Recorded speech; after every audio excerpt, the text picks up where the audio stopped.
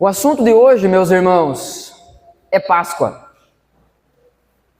A primeira impressão que traz à nossa mente é que esse assunto pode parecer fora de temporada. Mas como nós dizemos toda a Páscoa é todo dia. E por que a gente não fala todo dia então dela? Páscoa não é chocolate, Páscoa é sangue. Páscoa não é coelho, Páscoa é um cordeiro. Essas são as afirmações que a gente faz a respeito da Páscoa. O significado da Páscoa precisa ser, vai aparecer ali, precisa ser lembrado bem mais do que uma vez ao ano. Pois nós desfrutamos disso todos os dias. E a minha ideia, irmãos, de meditarmos em cima desse texto, que é a primeira Páscoa a ser celebrada pelo povo de Deus, é a instituição da festa da Páscoa, é para meditarmos no significado dela e aquilo que ela representa, aquilo que ela traz para aquele que crê nisso. Então vamos ler o texto. Êxodo capítulo 12, a partir do verso 1 até o verso 13. Então o Senhor disse a Moisés e a Arão, no Egito: de agora em diante, este mês será para vocês o primeiro do ano. Anunciem a toda a comunidade de Israel que no 10º dia deste mês, cada família escolherá um cordeiro ou um cabrito para fazer o sacrifício. Um animal para cada casa. A família que for pequena demais para comer um animal inteiro, deverá compartilhá-lo com outra família da vizinhança. O animal será dividido de acordo com o número de pessoas e a quantidade que cada um puder comer. Baita desafio, hein? Versículo 5. O animal escolhido deverá ser um cordeiro ou um cabrito de 1 ano, sem defeito algum. Guardem bem o animal escolhido até a tarde do 14º dia do primeiro mês. Nesse dia, toda a comunidade de Israel sacrificará seu cordeiro ou cabrito ao anoitecer. Em seguida, tomarão um pouco do sangue e o passarão nos batentes laterais e no alto das portas das casas onde comerem o animal. Nesta mesma noite, assarão a carne no fogo e a comerão acompanhada de folhas verdes amargas e de pão sem fermento. Não comerão a carne crua nem cozida. O animal todo, incluindo a cabeça, as pernas e as vísceras, deverá ser assado no fogo. Não deixem sobras para a manhã seguinte. Queimem o que não for consumido antes do amanhecer. Estas são as instruções para quando fizerem a refeição. Estejam vestidos para a viagem de sandálias nos pés e cajado na mão. Façam a refeição apressadamente, pois essa é a Páscoa do Senhor. Nessa noite, passarei pela terra do Egito e matarei todos os filhos mais velhos e todos os primeiros machos dentre os animais na terra do Egito. Executarei juízo sobre todos os deuses do Egito, pois eu sou o Senhor. Mas o sangue nos batentes das portas servirá de sinal e marcará as casas onde vocês estão. Quando eu vir o sangue, passarei por sobre aquela casa. E quando eu ferir a terra do Egito, a praga de morte não os tocará. Vamos orar? Feche seus olhos. Pai, em nome de Jesus. Muito obrigado pela Tua palavra, muito obrigado por tudo aquilo que o Teu Espírito Santo já tem ministrado em nossos corações. E eu peço que cada pessoa presente nesse culto, desde as crianças mais novas que já possuem entendimento até os mais velhos, possam entender o momento solene que é estar diante do Senhor.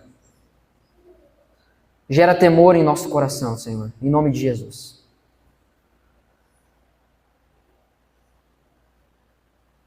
Pedimos que o Senhor fale conosco. Essa é a nossa oração. Amém. Amém. Eu vi umas camisetas bem bonitas aí. A Jaque tá com uma camiseta bem bonita. A Kelly tá com uma camiseta bem bonita. A Andréia tá com uma camiseta bem bonita. Quem mais tá com uma camiseta bem bonita? O Luciano tá com uma camiseta bem bonita. A Cris, a Paulinha estão com umas camisetas bem bonitas aí também.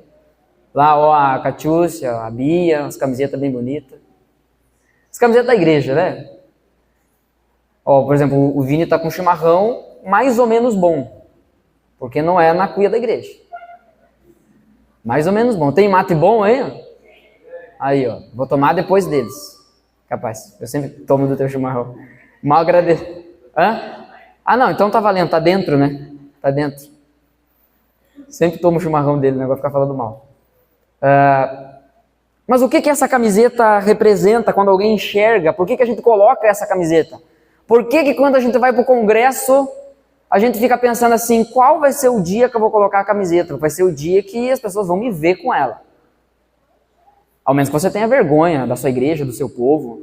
Né? Na verdade, os homens lá, parece que quanto mais fiasco a gente fazia, mais a gente amava um ao outro.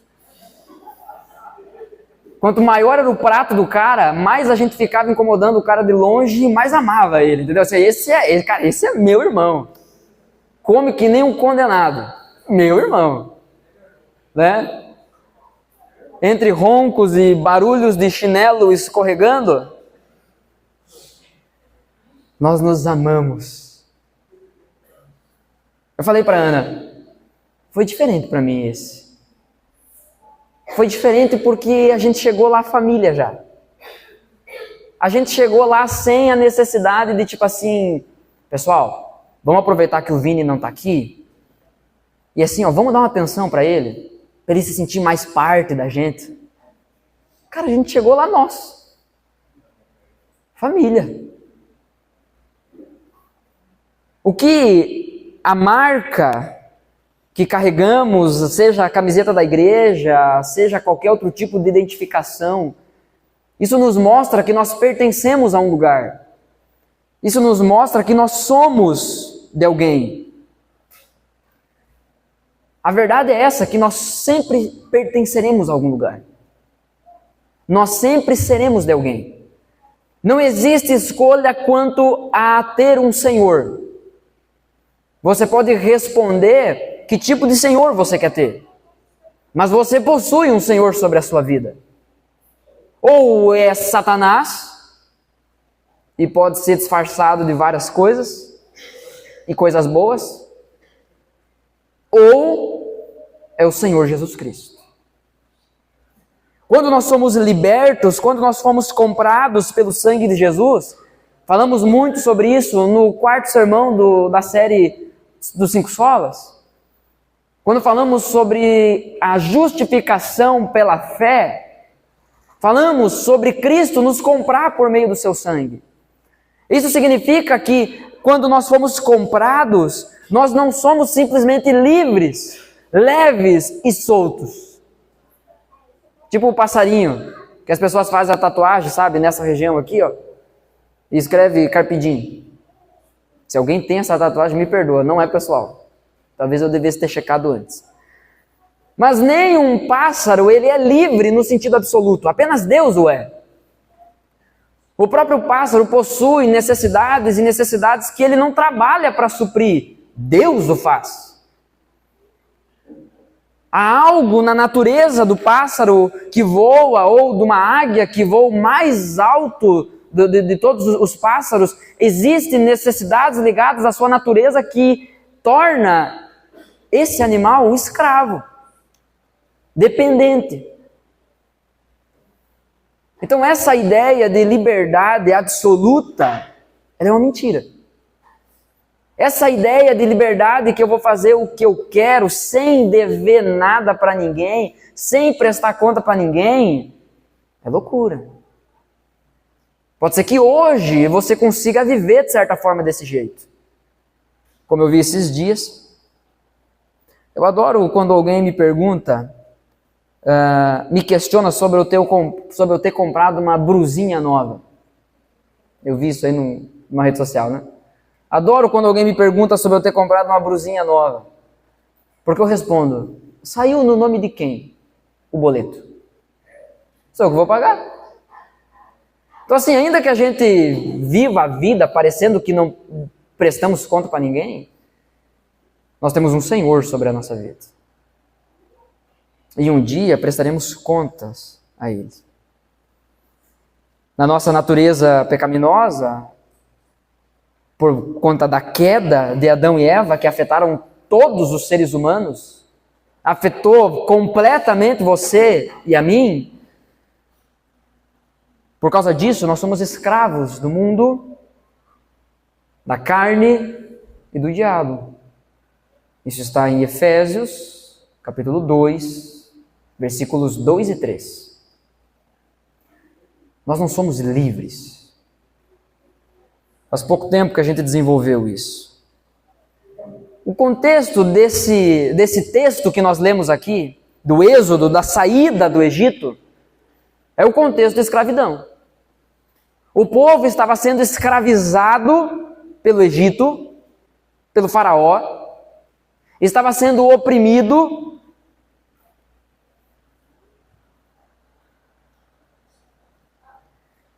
Eles não tinham vontade própria. Um povo que recebeu a promessa de Deus de herdar a terra, agora estava sendo escravizado. E conforme o número do povo crescia, o reino do Egito começou a ficar com medo.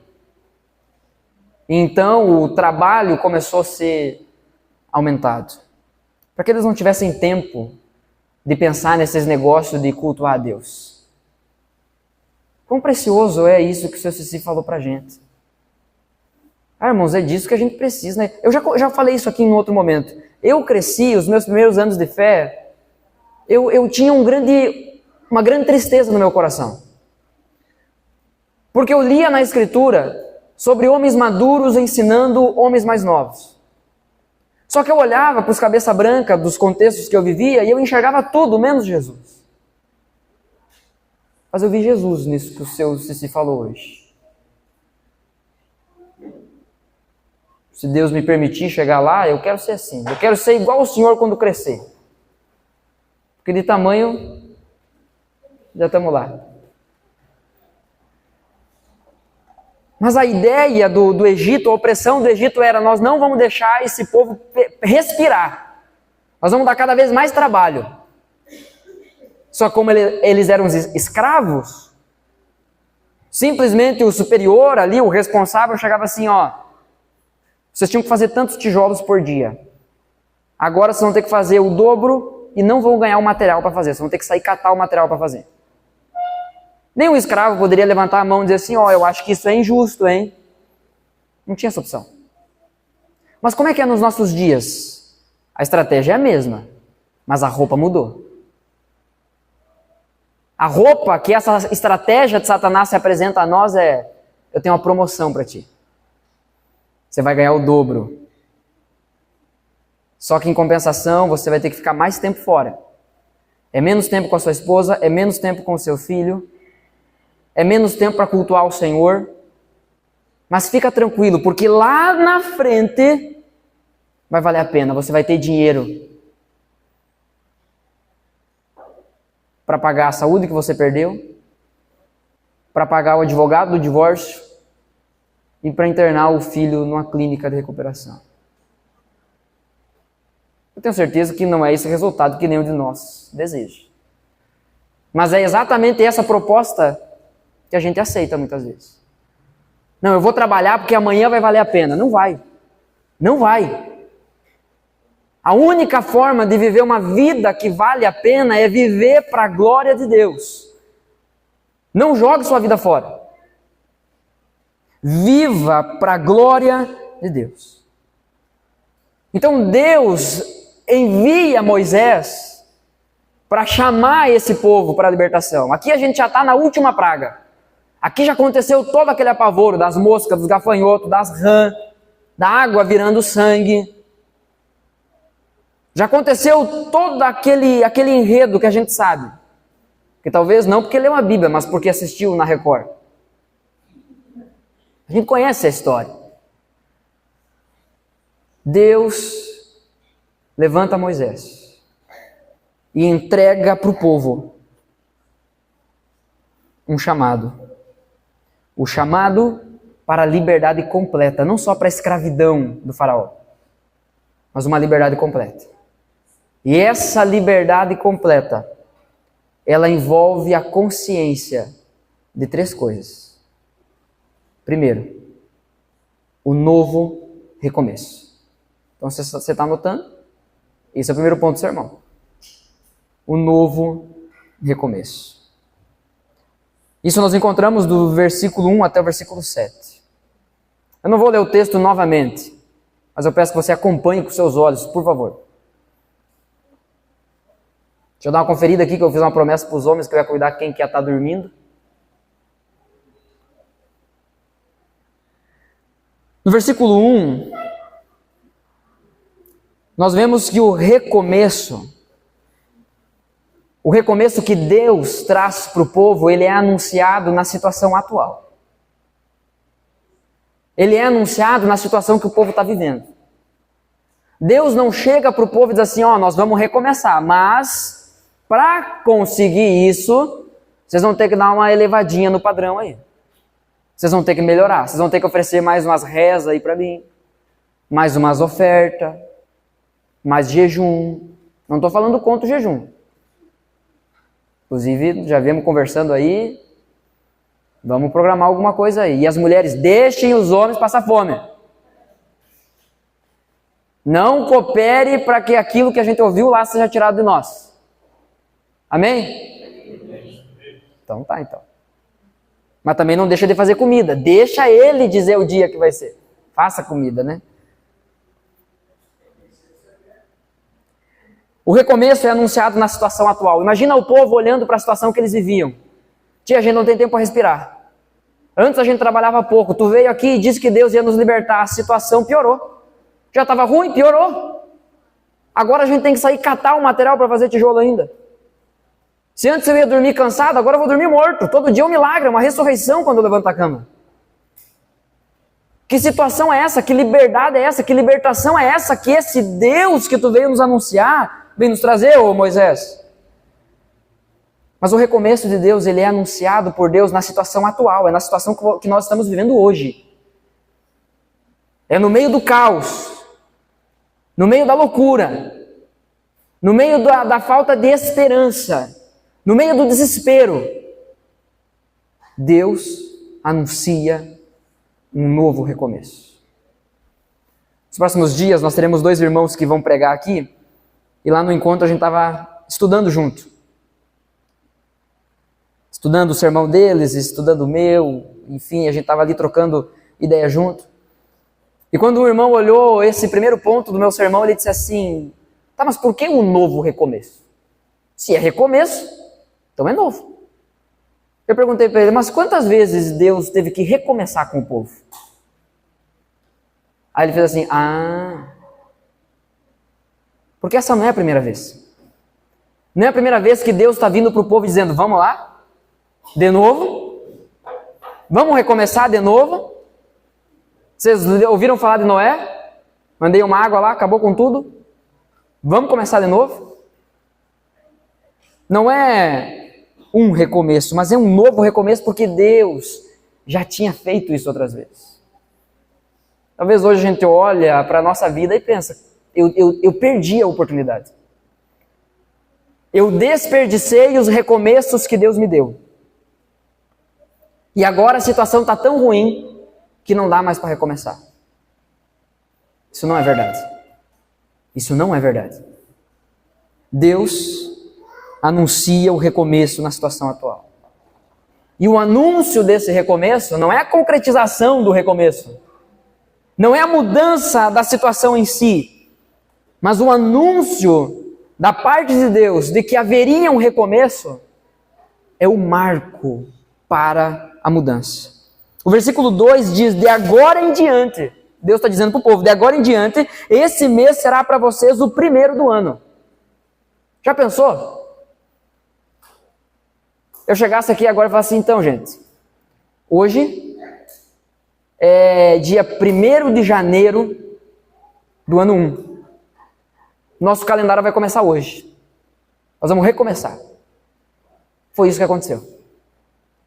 Hoje, o dia que eu estou anunciando para vocês isso, que eu, Deus, estou anunciando para o meu povo isso, esse dia é tão importante que é a partir desse dia que vocês vão começar a contar a história de vocês. É a partir desse dia que o ano de vocês vai começar. Esse aqui era o mês, trazendo para o nosso calendário, entre o mês 13 e o mês 4. Mas para Israel, acabara de se tornar o mês 1. Era um marco. É importante a gente lembrar das coisas que Deus faz. É importante você anotar as coisas que Deus faz, as coisas que Deus fala com você. Porque isso são marcos.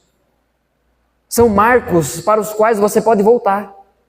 Voltar e se lembrar, naquele dia Deus falou comigo.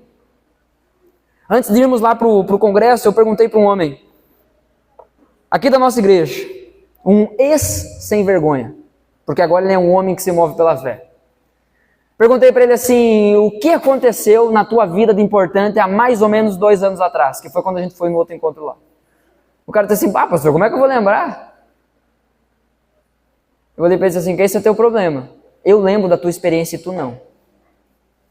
Aí um outro irmão que estava junto deixou ele ainda mais envergonhado e constrangido, disse, tu não lembra do que aconteceu tal jeito? Tal. Aí ele falou, lembrei. Nós nos esquecemos dos marcos de Deus em nossa vida. E por isso que a gente desanima, por isso que a gente não acredita, por isso que a gente fica incrédulo. Ouvimos muito sobre isso lá, né? Sobre a incredulidade, sobre não crer que Deus pode continuar fazendo aquilo que Ele disse que faria. E que só Ele pode fazer.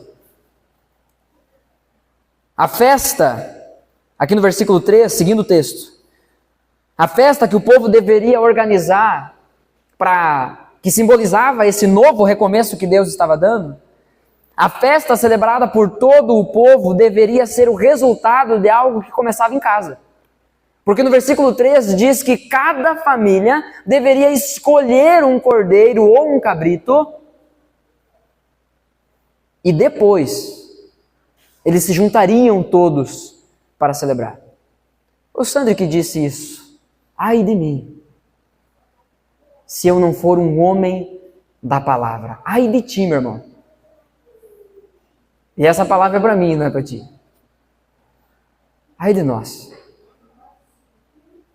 Ai de nós se não formos homens, mulheres da palavra de Deus. Aquilo que o povo deveria celebrar como comunidade era uma multidão. Nós estamos falando aqui da casa de milhões. Há estatísticas que chegam a dizer que isso beira quase a 3 milhões de pessoas israelitas, contando mulheres e crianças que saíram do Egito, marchando. Era um verdadeiro exército. Mas isso tudo começava em casa. Eu vi uma frase, de uma forma muito franca, de um dos pastores que estava lá, e ele disse assim, é Deus em primeiro lugar, depois a família, e o ministério vem a reboque.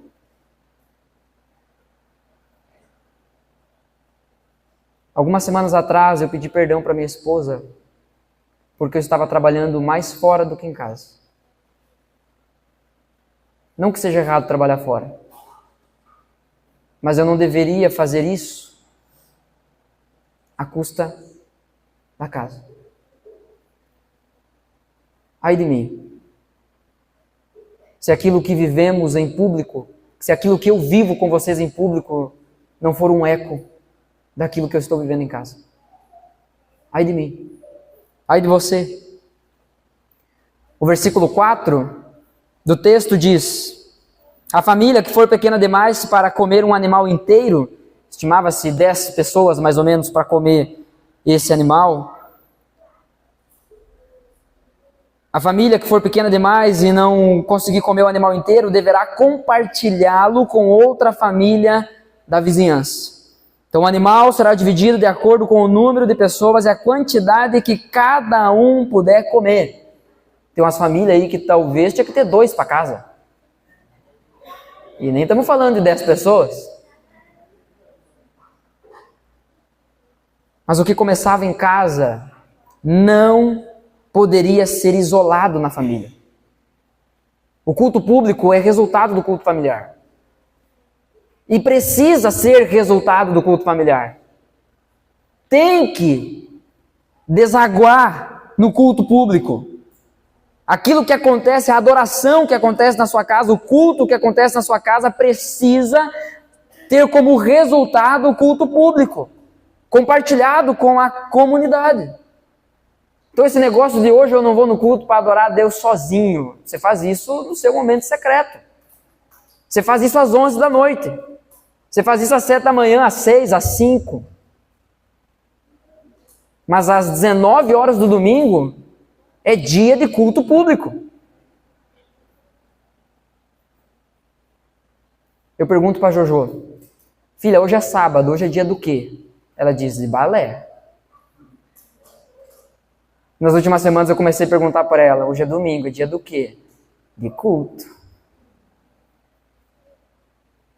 Ela dormiu agora, para a alegria da mãe e tranquilidade do pai. Ela ainda não entendeu a profundidade desse momento solene que nós estamos vivendo aqui. Mas será que você entendeu? Ou será que você vai ficar fazendo que nem o seu Firmino fazia? Não, não vou hoje. Por quê? Eu não vou. Tem jogo do Inter. Ô, desgraça, perder culto para ver jogo do Inter ainda. E eu sou colorado, então eu falo com propriedade. O que começava em casa não poderia ficar isolado em casa. Isso precisa resultar numa adoração em comunidade. Agora, para recomeçar, de acordo com o versículo 5 e 6, Deus exige do povo que o povo entregasse o melhor. Então cada família vai escolher um cordeiro ou um cabrito de 1 ano sem defeito.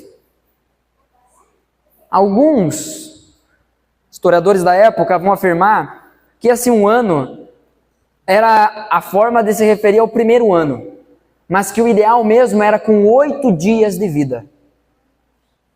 Era aquela cria que talvez fosse o melhor do rebanho, com mais potencial.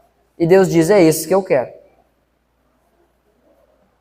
Para recomeçar, o povo precisava entregar o que tinha de melhor em seu meio para Deus, para a oferta a Deus. Deus precisava disso? Não, o povo precisava. O versículo 7 diz que em seguida, a instrução de como deveria ser feito isso então, em seguida tomarão um pouco do sangue e o passarão nos batentes laterais e no alto das portas das casas onde comerem o animal. A decisão de recomeçar precisava de um anúncio visível.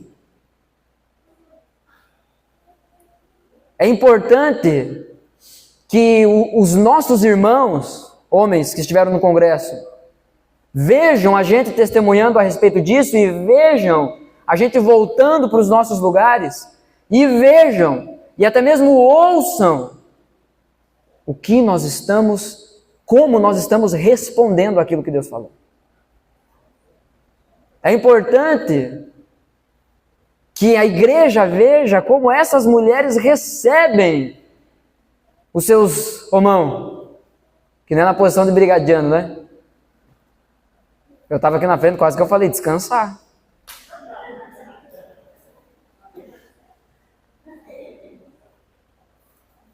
Então, irmãos, a decisão de recomeçar precisa de um sinal visível.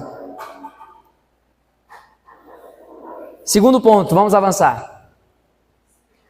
O chamado para a liberdade completa, ele envolve a consciência no novo recomeço. Segundo, envolve a consciência do abandono do passado.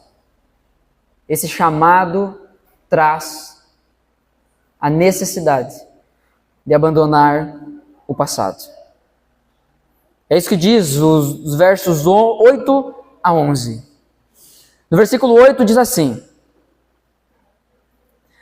nessa mesma noite assarão a carne no fogo, aleluia, e comerão acompanhada de folhas verdes amargas, misericórdia, e de pão sem fermento.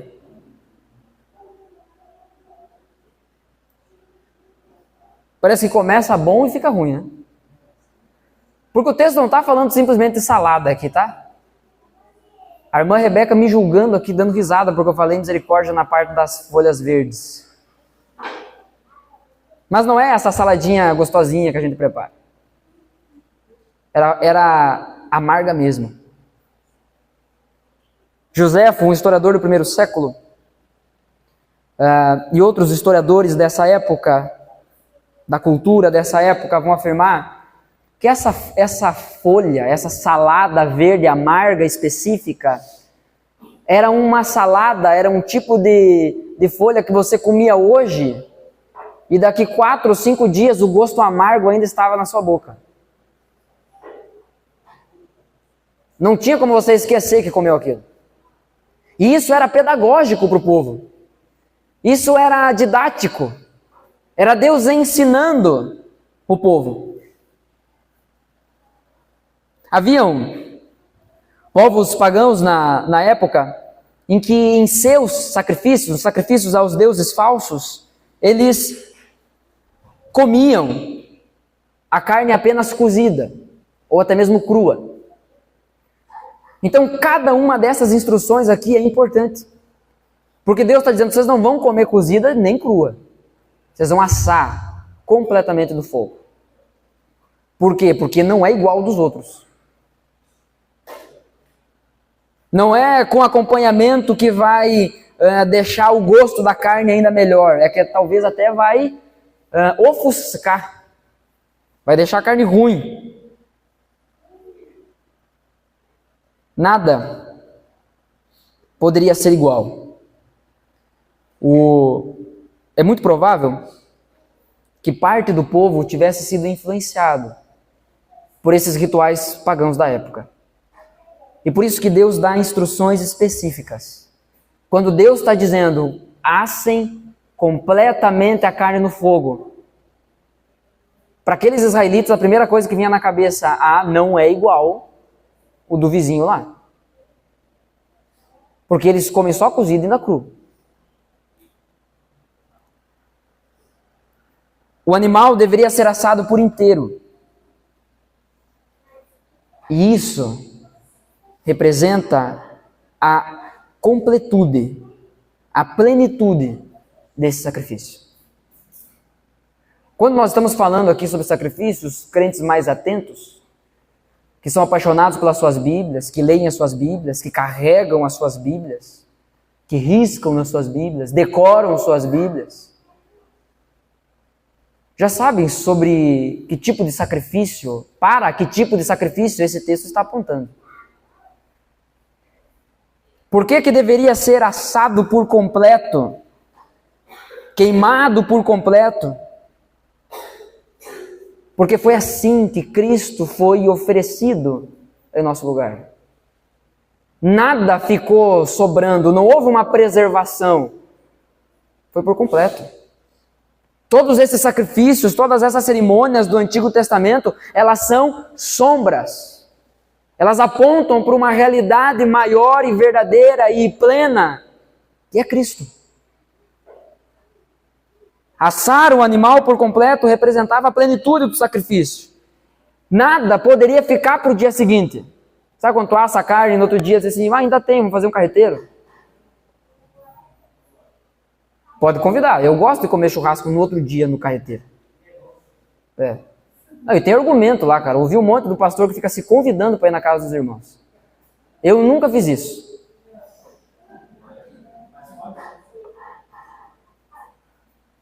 O que eu faço é assim, viu?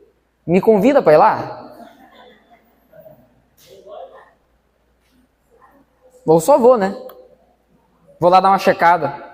Esses dias eu falei, eu vou lá na casa Vou lá na casa da irmã ver se ela vai almoçar essa semana. Uma visita pastoral. Mas a decisão, nada poderia ficar para o dia seguinte, e isso representava a suficiência do sacrifício. O Fernando também está com uma camiseta bonita hoje, né? Levanta aí, Fernando, faz uma cara de crente. Como é que é a cara de crente?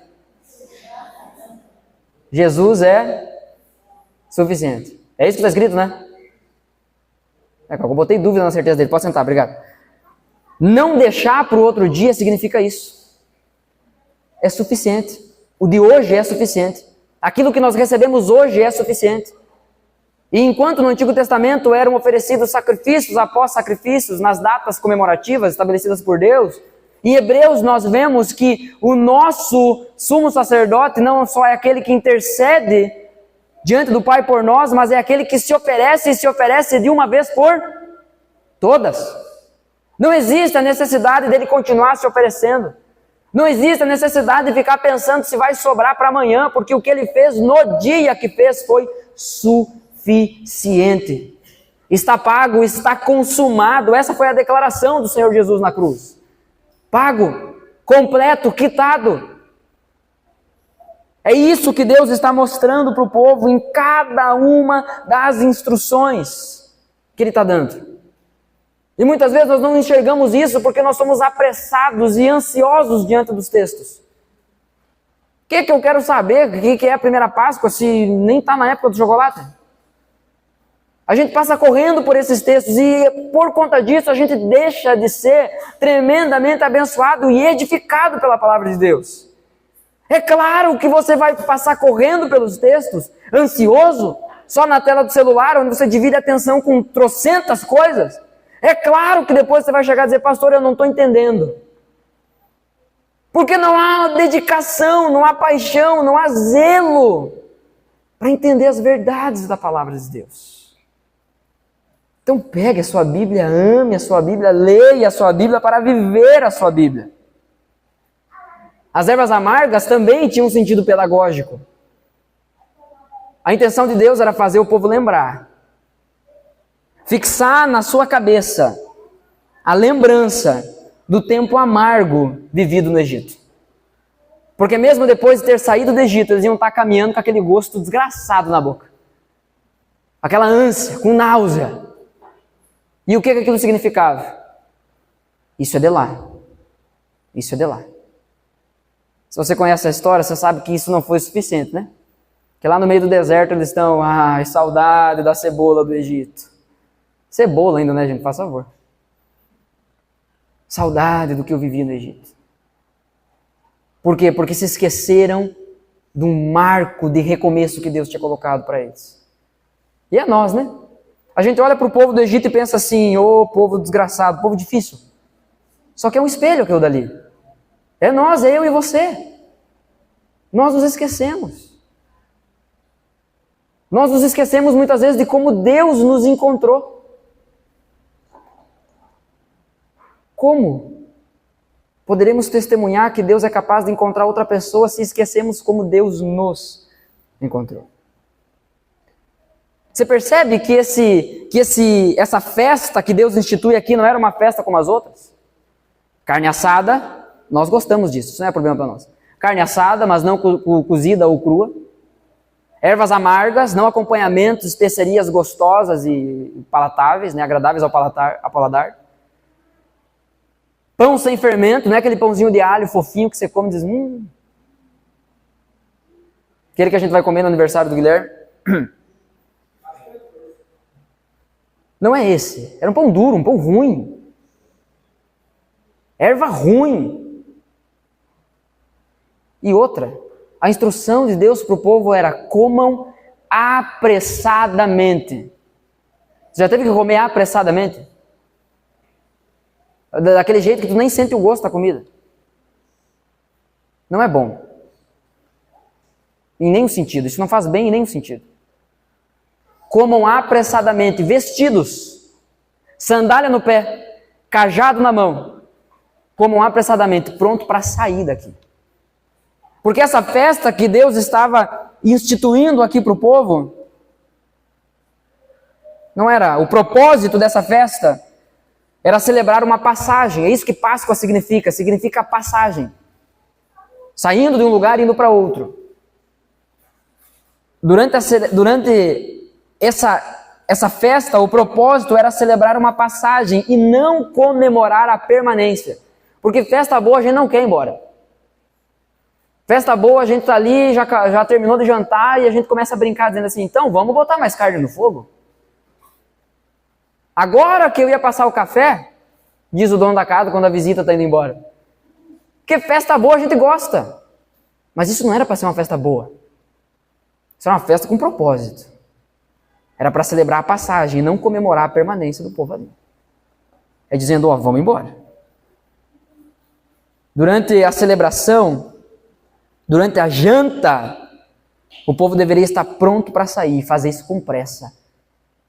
É olhar para o seu vizinho e vamos, bora, come isso de uma vez. Porque nós vamos zarpar daqui. Esse não é mais o nosso lugar. O que Deus está falando para o povo com isso? É que o abandono da vida de escravidão deveria ser imediato. Deus tinha dito, eu vou libertar vocês. Saiam daí agora. O que acontece é que muitos ouvem Deus dizendo, eu vou tirar você daí. Saia daí agora. E a pessoa diz assim, deixa eu dar uma despedida. A última, Senhor. A última festa. A última janta. A última vez. É a última vez que eu vou fazer. Prometo. Eu juro para ti que eu nunca mais vou fazer isso. O abandono da vida de escravidão deveria ser imediato. O chamado para a liberdade completa envolve um novo recomeço, envolve o abandono do passado e terceiro, o juízo de sangue. Versículos 12 e 13 dizem assim: Nessa noite passarei pela terra do Egito e matarei todos os filhos mais velhos e todos os primeiros machos dentre os animais na terra do Egito. Executarei juízo sobre todos os deuses do Egito, pois eu sou o Senhor. A terra ficaria arrasada. O choro, o luto, o pranto, a dor na terra do Egito, após essa passagem, após essa Páscoa, seria algo que nunca foi visto antes e nunca mais foi visto. Deus como juiz, ele é uma figura até conhecida. Está na boca do povão aí, né? Deus tarda, mas não falha. Bom, Deus nem tarda, nem falha. Logo podemos com segurança concluir que a voz do povo não é a voz de Deus. A voz de Deus é a voz de Deus. Diante de determinadas situações, a gente diz assim, não, mas Deus é juiz, Deus julga. Deus é fiel. A figura de Deus como juiz é conhecida até pelo incrédulo. Ele pode não crer em Deus, não acontece uma coisa ruim com ele e diz assim, mas será que eu atirei pedra na cruz? Até o incrédulo acredita nisso. Que essa fé religiosa, essa fé superficial, essa fé morta, essa fé que mata. Mas a maioria das pessoas não conhecem o critério, não sabem o critério do julgamento de Deus. Baseado no que Deus julga? Bom, Deus está trazendo juízo sobre o Egito e libertando Israel. Essa adoração que existia aos muitos deuses do Egito era uma ofensa ao Deus Todo-Poderoso. Era uma ofensa a Deus. Existe uma batalha aqui entre esses deuses falsos, criados pela cabeça das pessoas e pelas suas próprias mãos, e o Deus verdadeiro, o Deus da Bíblia. Eu pergunto para Juju, quantos deuses existem? Ela olha para mim e diz assim, um verdadeiro.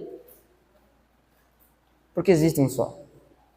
Todo e qualquer tipo de adoração a um outro ser espiritual, ou a coisas, pessoas, tudo isso é uma ofensa a Deus. O julgamento de Deus será baseado no reconhecimento de quem Ele é, na fé em quem Ele é. Há uma batalha aqui. Cada uma das pragas do Egito é Deus destronando cada um dos deuses falsos do Egito. Havia o Deus responsável, o Deus da água, Deus vai lá e transforma a água em sangue. O Deus das moscas, que no caso manteria as moscas longe, Deus manda a mosca pra caramba. O Deus da colheita, Deus manda uma chuva de granizo e arrebenta com tudo. A cada praga, Deus vai destronando esses deuses. Deus está dizendo para o faraó, Deus está dizendo para o Egito, e Deus está dizendo para o seu próprio povo: eu sou Deus. E eu julgo. E eu julgo com sangue. É pelo sangue que vocês pagarão os seus pecados, e é pelo sangue que o meu povo será liberto dos seus pecados e da sua condenação. O Deus verdadeiro aqui, Ele humilha, Ele destrona, Ele envergonha publicamente cada um desses deuses. Ele deixa escancarado de que esses deuses não são capazes de proteger os seus adoradores. Se você adora qualquer outra coisa que não Deus, isso ou esse que você adora é incapaz de te proteger do juízo que virá. É a marca do sangue do cordeiro na porta das casas que livrou a família do anjo da morte. Pense que há dois tipos de israelitas nesse momento. O primeiro, aquele que passou o sangue na porta e disse assim: eu vou deitar. Eu passei o sangue, tranquilo. Mas tem o segundo israelita que ele vai lá, ele passa o sangue e ele não pisca o olho. Ele não se atreve nem a cochilar. Ele fica de joelhos no meio da sala, agarrado na sua família, fazendo um círculo com o irmão mais velho no meio. Como todo bom pai, se o anjo da morte vir aqui, que leve a mim e não meu filho. Ele passou o sangue na porta, mas estava morrendo de medo dentro de casa. Qual dos dois israelitas perdeu o filho nessa noite? Não é uma pergunta retórica. Qual dos dois? Tem certeza disso, André? Tem certeza? Então eu vou fazer a pergunta de novo e tu responde com um pouco mais de convicção, mais alto. Como um testemunho. Qual dos dois israelitas perdeu o filho naquela noite? Nenhum. É o sangue que livrou a família do anjo da morte. O livramento que Deus havia prometido para o povo não dependia do tamanho da fé no sangue. Eu passei o sangue aqui, mas não sei se ele é bom mesmo o suficiente para proteger do anjo da morte, porque não é qualquer coisa que está vindo. É o anjo da morte. É aquele que tem poder de tirar a vida. O livramento não dependia do tamanho da fé no sangue, mas dependia de Deus, que mandou marcar a porta com sangue. Deus disse: aquela porta que tiver com sangue, o anjo da morte não vai entrar. Por quê? Porque eu disse. Porque eu, que sou Deus, que sou o Senhor soberano sobre todas as coisas, eu disse, e é assim que vai acontecer. Ninguém do povo de Deus chorou por luto, pois ao ver o sangue, o anjo da morte passou. O juízo também é uma demonstração de como Deus trata e cuida do seu próprio povo. Quando Deus traz juízo sobre aqueles que não creem, quando Deus traz juízo sobre aqueles que não se colocam debaixo da proteção de Deus, o juízo dos incrédulos, a condenação dos incrédulos, é um testemunho de como Deus cuida dos seus. Diante disso, portanto, para ouvir e praticar.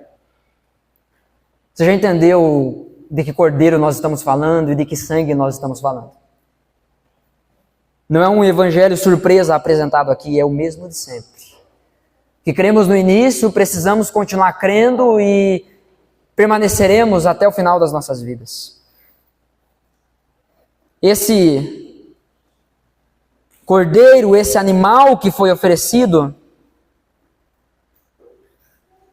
ele deveria ser sacrificado, de acordo com o versículo 6, até a tarde do 14º dia do primeiro mês. Joséfo, historiador do primeiro século, ele vai dizer que na época em que Jesus andou na terra, o sacrifício que os judeus faziam era às 3 horas da tarde. Era às 15 horas da tarde. Você sabe que horas Jesus foi crucificado? Porque isso que nós estamos vendo é uma sombra. Porque Jesus é aquele em quem tudo isso se completa. Ele é esse sacrifício. A história da redenção, de Deus lidando e tratando com o seu povo, é a nossa história. É Deus lidando e tratando com a gente. Portanto, a partir desse texto, eu quero concluir dizendo: Deus não se cansa de recomeços verdadeiros. Deixa de ser sem vergonha. Não, hoje eu vou mudar. Isso causa ânsia em Deus. Isso é culto. Isso é rito que causa ânsia de vômito em Deus. É isso que o profeta Isaías denuncia. O povo de Israel se reunindo toda semana para fazer culto, matando os bichos, rezando dentro do templo. Mas isso tudo trazia ânsia para Deus.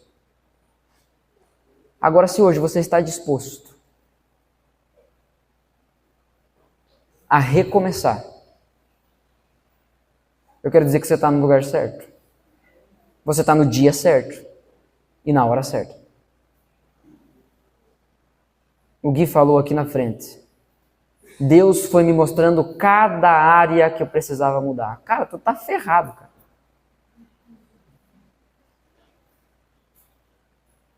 A boa notícia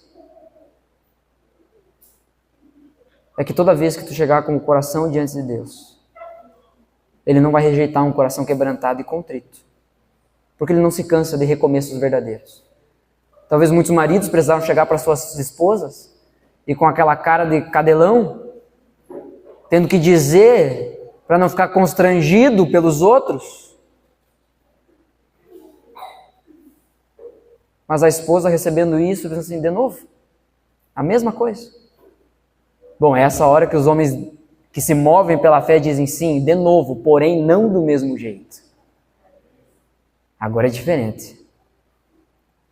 Porque Deus não se cansa dos nossos recomeços, desde que sejam recomeços verdadeiros. Você não está tão longe ao ponto de Deus não poder te alcançar. Olha a distância que o povo de Israel estava. Deus levanta Moisés para uma verdadeira peregrinação para alcançar o povo. Deus viu o seu povo. Deus vê você. Deus vê o seu sofrimento. Deus vê a sua realidade.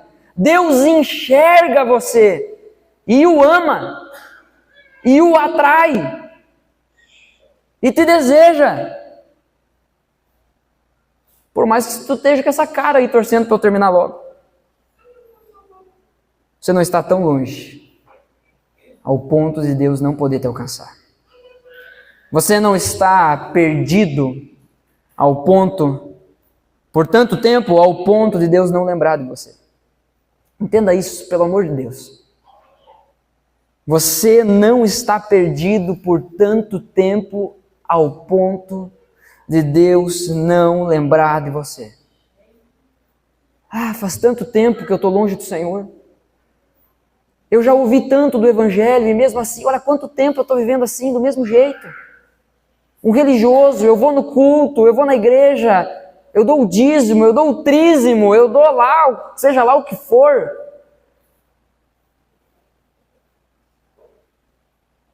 E eu vivo sempre desse jeito. Você não está perdido por tanto tempo, ao ponto de Deus não te encontrar. Sabe quanto tempo o povo ficou escravo no Egito? 440 anos. Deus pode achar você. Deus achou o seu Firmino. No meio do trabalho dele. Colocou um homem santo para pregar. E depois outro, e depois outro, e depois outro. Quando esse senhor se percebeu, ele estava cheio de homem santo ao redor dele. Ele pensou, acho que até vou virar um.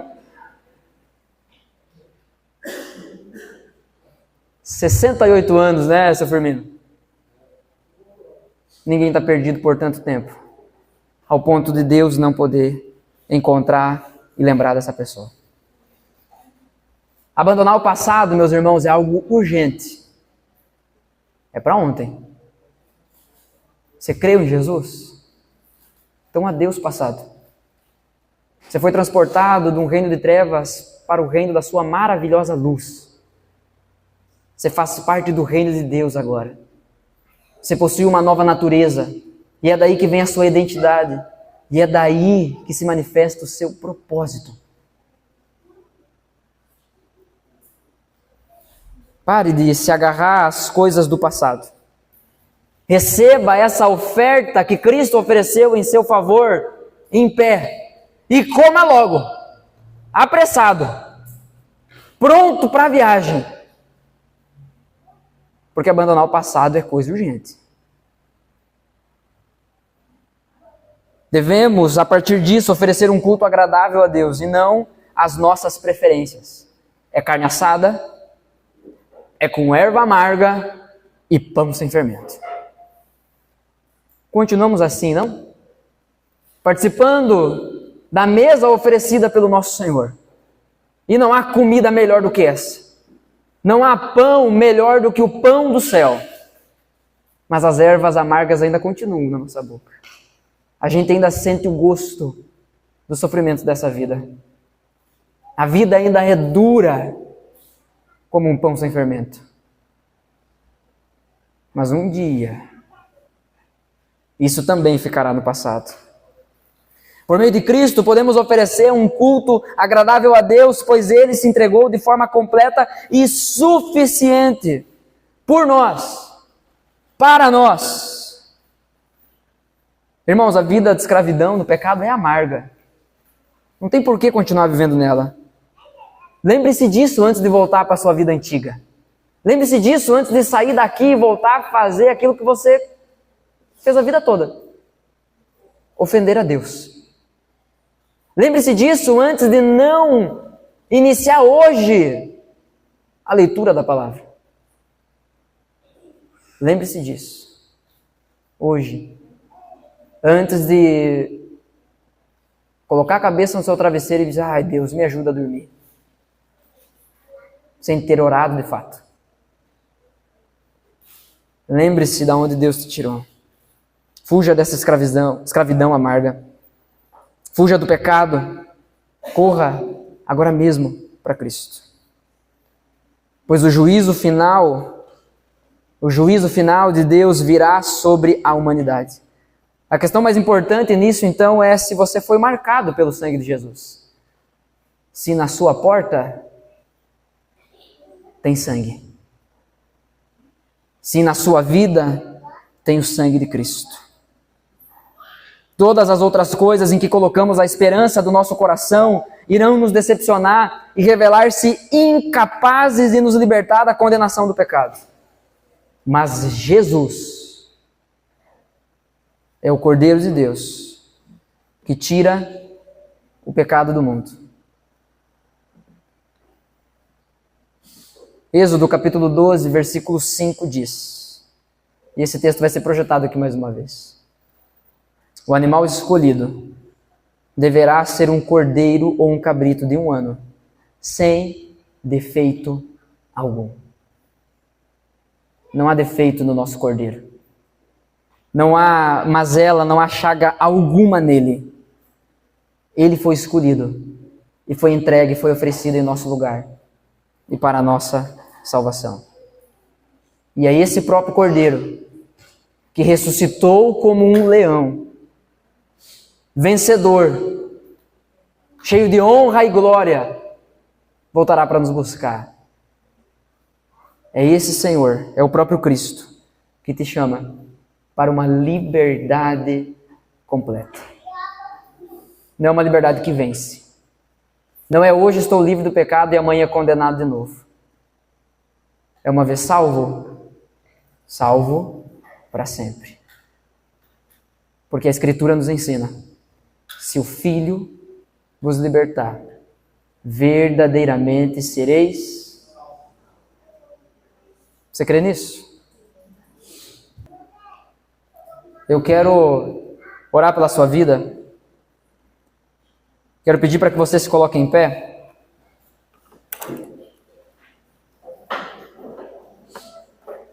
Vou pedir para que os irmãos que vão conduzir o louvor já se posicionem.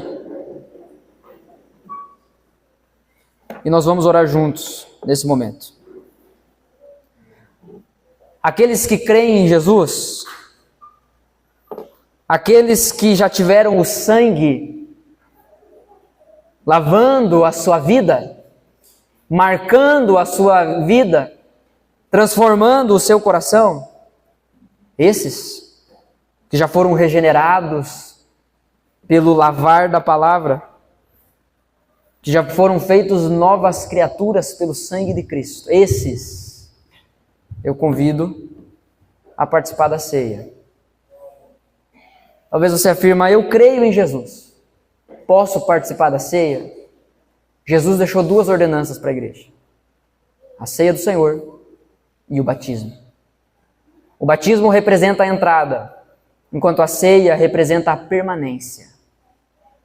Então eu aconselho você, se você crê, vamos encaminhar o batismo. Porque se você está fugindo do batismo, você não crê, de verdade. Eu estou sendo verdadeiro aqui com você. Eu não quero torná-lo um membro dessa igreja. Vai ser um problema para mim.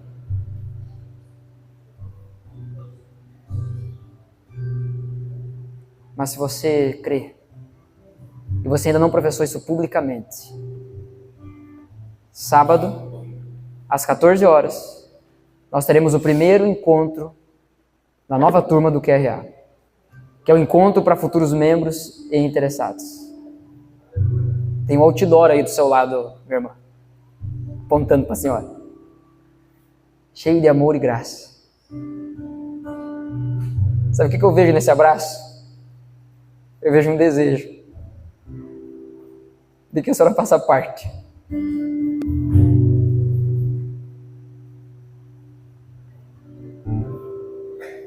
Então, enquanto cantamos a respeito disso, de que nada além do sangue, sempre foi o sangue, nada além disso. Enquanto cantamos isso, eu quero convidar você que crê, e já declarou isso publicamente por meio do batismo, você vem aqui à frente, pegue o pão, pegue o suco, e permaneça aqui na frente. Vai abrindo espaço, mas permaneça aqui à frente. E depois nós participaremos todos juntos da ceia do Senhor.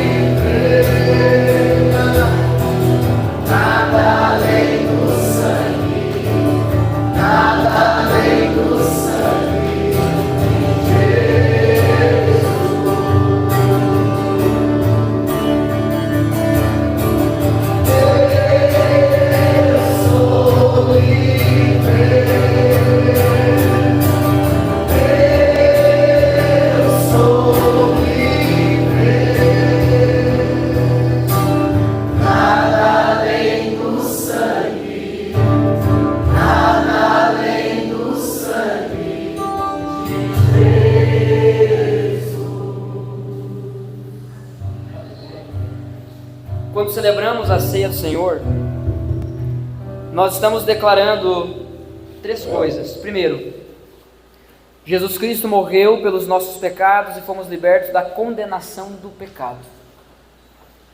Nós não iremos para o inferno. Amém? Amém. Aleluia. Deus é bom, né, meu irmão? Estamos salvos. Quando celebramos a ceia do Senhor, nós também declaramos que cremos, que temos a convicta esperança de que Jesus voltará para nos buscar. Estamos salvos. Não fomos abandonados, esquecidos, não estamos perdidos. Jesus voltará. Amém? Amém. Uma boa notícia, não é? A terceira coisa, e isso possui 2 aspectos, é que quando celebramos a ceia do Senhor, juntos, nós estamos dizendo que esse sangue nos alcançou, e não só me alcançou. Isso quer dizer que nós somos uma família de muitos irmãos. Como nós estivemos hoje diante de um texto extremamente pedagógico, o que nós vamos fazer é um gesto pedagógico. Eu vou entregar o meu cálice para o Lindo e ele vai entregar o dele para mim, e você vai fazer isso com a pessoa aí que está próxima de você. Só o cálice, o pão, você já botou o dedo, fica com ele. E com isso você está dizendo para essa pessoa. Não fica esperando alguém ir até você, tá? Se você crê em Jesus, são todos teus irmãos aqui, então vai, sai do lugar. Você está dizendo, você é meu irmão, você é minha irmã. Esse é o aspecto presente da ceia do Senhor, mas é um dos aspectos presentes da ceia do Senhor. O segundo aspecto presente da ceia do Senhor é que celebraremos a ceia até a volta do Senhor Jesus Cristo. E faremos isso como um testemunho público. A gente não faz isso se escondendo, a gente se alegra com isso. Então dê uma olhadinha para trás aí e veja que tem pessoas que não estão participando da ceia aqui com a gente. E eu quero dizer para vocês que não estão participando da ceia porque ainda não professaram publicamente a fé em Cristo, se esse é o caso. Eu quero dizer a vocês que Deus não está fingindo que vocês não estão aqui. Deus não está fingindo, não estou vendo eles, e também tampouco nós o faremos. Nós estamos vendo vocês, e nós estamos orando por vocês. E é por isso que nós vamos abrir a roda. Vocês não vão participar junto dos elementos, mas vocês virão aqui. Quero convidar todos que estão lá atrás agora para vir aqui. E nós vamos encerrar esse culto orando todos juntos. Então venha. Essa é a sua família, ainda que você não creia com todo o coração nisso. Nós olhamos para você e nós enxergamos um irmão, nós enxergamos uma irmã. E a nossa oração, presta atenção, a nossa oração é que você descubra isso, que você chegue a essa confiança.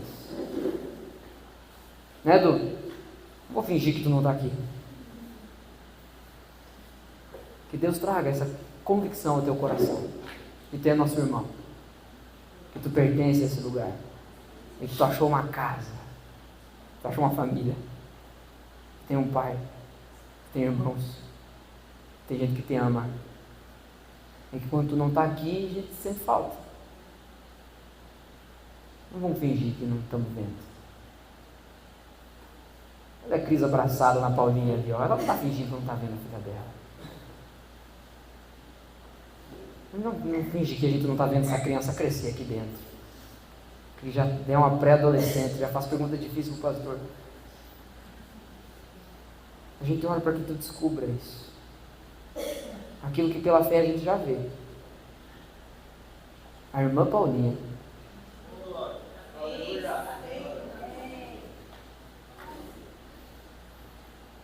Porque a mesma fé que a gente ora toda quinta-feira pelo Jonathan, teu pai, é a mesma fé que a gente ora por ti. Tu é nosso. Tu és nosso Senhor.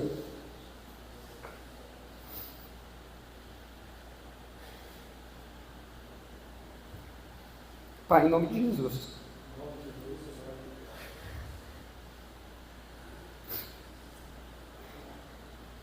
Obrigado pelo teu corpo que foi oferecido em nosso lugar, que recebeu sobre si o castigo que nos traz a paz. Não simplesmente uma paz de espírito, não simplesmente uma paz interior, mas paz com Deus. Obrigado, Senhor, pelo teu sangue. Oh, que precioso sangue, que purifica todo pecado, que limpa, que elimina toda injustiça. Um sangue precioso que verteu da cruz e continua vertendo e alcançando pessoas. Ah, Senhor, em nome de Jesus, em breve, o irmão Firmino, que estava aqui hoje, com suas lágrimas, sem palavras, declarando a fé no Senhor, participará da ceia do Senhor conosco. Eu peço a Deus que esse número aumente cada vez mais. Eu peço a Deus, em nome de Jesus, que nesse momento o Senhor olhe com zelo, com amor e com dureza, se for necessário, para aqueles irmãos que têm se afastado disso, que têm abandonado, que têm esquecido do recomeço que um dia o Senhor os deu. Perdoa-os, restaura-os e traga-os de volta para a tua casa, Senhor, para a família deles, arrependidos, dispostos a servir e amar uns aos outros. Deus, em nome de Jesus, nós queremos encerrar esse nosso culto assim, com a convicção de que Tu é o Pai nosso, de que o pão é nosso, de que as tentações são nossas, de que o desejo de sermos livrados do mal é nosso, porque Teu é o reino, o poder e a glória para sempre.